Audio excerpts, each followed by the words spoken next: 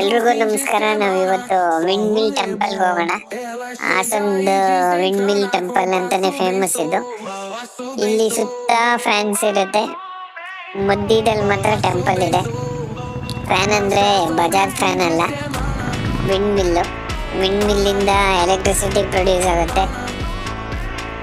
So entire ವಿಡಿಯೋನ enjoy ಮಾಡಿ.